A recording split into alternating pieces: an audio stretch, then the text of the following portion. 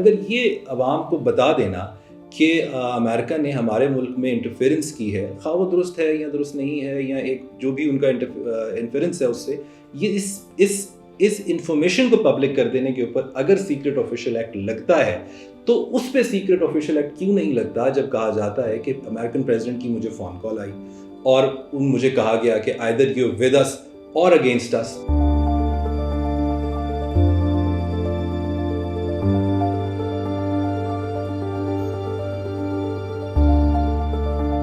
یہ کوئی final order about merits of the case نہیں ہے جو پورٹرے کیا جا رہا ہے ایک پولیٹیکل پارٹی کی طرف سے اور چند سوشل میڈیا چینلز کے اوپر بھی کہ سائفر کیس ختم ہو چکا ہے یا سائفر کیس ریت کی دیوار ثابت ہوا ہے یا خان صاحب سرخرو ہو گئے ہیں، تو یہ درست نہیں ہے.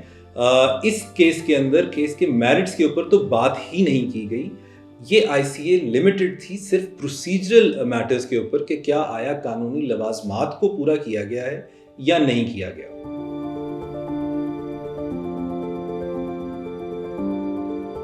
اگر کیس کے میرٹس پہ بھی بات کی جائے تو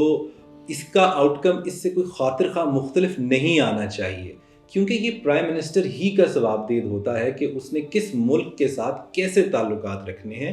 اور کسی ملک کے ساتھ سینکشن لگانی ہے، کسی ملک کے سینکشن لگائی ہوئی کو فالو کرنا ہے یا نہیں کرنا، یا آیا کسی ملک کے ساتھ جنگ پہ جانا ہے. تو یہ فائنل ڈیسیژن پرائم منسٹر کا ہی ہوتا ہے، جس میں جو کیبنٹ ہے اس کا رول صرف ایڈ اینڈ اسسٹنس کی حد تک ہوتا ہے. کیبنٹ کی کوئی بھی ڈائریکشن نوٹیفیکیشن پرائم منسٹر پہ ایز سچ لاگو نہیں ہوتا.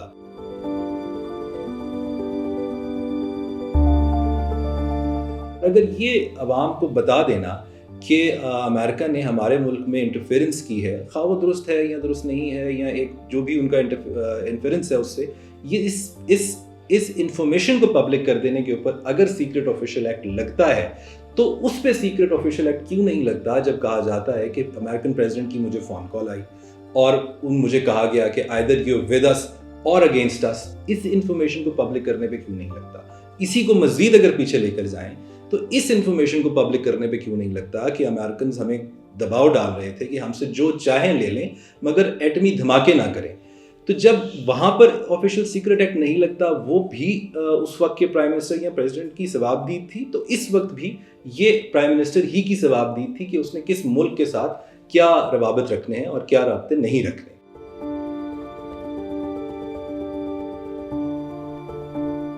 پہلے ایک نوٹیفیکیشن آتا ہے گورنمنٹ کی طرف سے جس میں کہا جاتا ہے، ministry of law and justice کی طرف سے، جس میں یہ کہا جاتا ہے کہ ان کا اکیوزڈ کا باقی ٹرائل جیل میں کیا جائے گا. اس نوٹیفیکیشن کو جب چیلنج کیا گیا ایک ریٹ پٹیشن کے تحت جو کہ چیف جسٹس صاحب کے سامنے لگی، اس کو اپہولڈ کیا گیا تھا چیف جسٹس صاحب کے سامنے سے، جس کے اوپر اب یہ رائے دی جاتی ہے کہ وہ فیصلہ آزاد عدلیہ کی شاید نمائندگی نہ کرتا ہو یا شاید ایک فیئر ڈیسیژن نہ ہو. یہ ایک میٹر آف روٹین ہے کہ اپیلنٹ کورٹس اوریجنل کورٹس کے آرڈرز کے خلاف اوپینین لیتی رہتی ہیں. اس کا مطلب یہ نہیں ہوتا کہ دوسری لوور کورٹ نے یا جس کورٹ کے آرڈر کے خلاف اپیل کی گئی ہے تو اس کا کوئی بائسڈ کلیئرلی سامنے ہے یا اس کا مس کانڈکٹ ہے. یہ لیگل انٹرپریٹیشنز کا معاملہ ہے جو کہ مختلف جج صاحبان مختلف کرتے ہیں.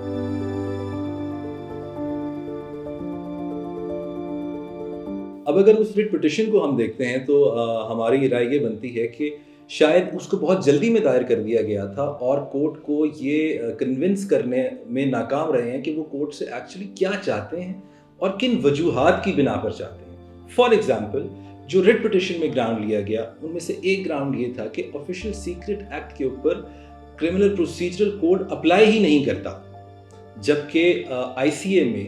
جس سیکشن کے اوپر فاؤنڈیشن رکھی گئی ہے وہ کرمنل پروسیجر کوڈ کا ہی ایک سیکشن ہے، سیکشن 352، جس کی extension high court rules and orders میں دی گئی ہے اور اس کے اندر قانونی لوازمات اسپیل آؤٹ کیے گئے ہیں کہ کن کن چیزوں کی ضرورت ہوگی ایک جیل ٹرائل کے لیے. تو یہ کہہ دینا کہ وہ اپلائی ہی نہیں کرتا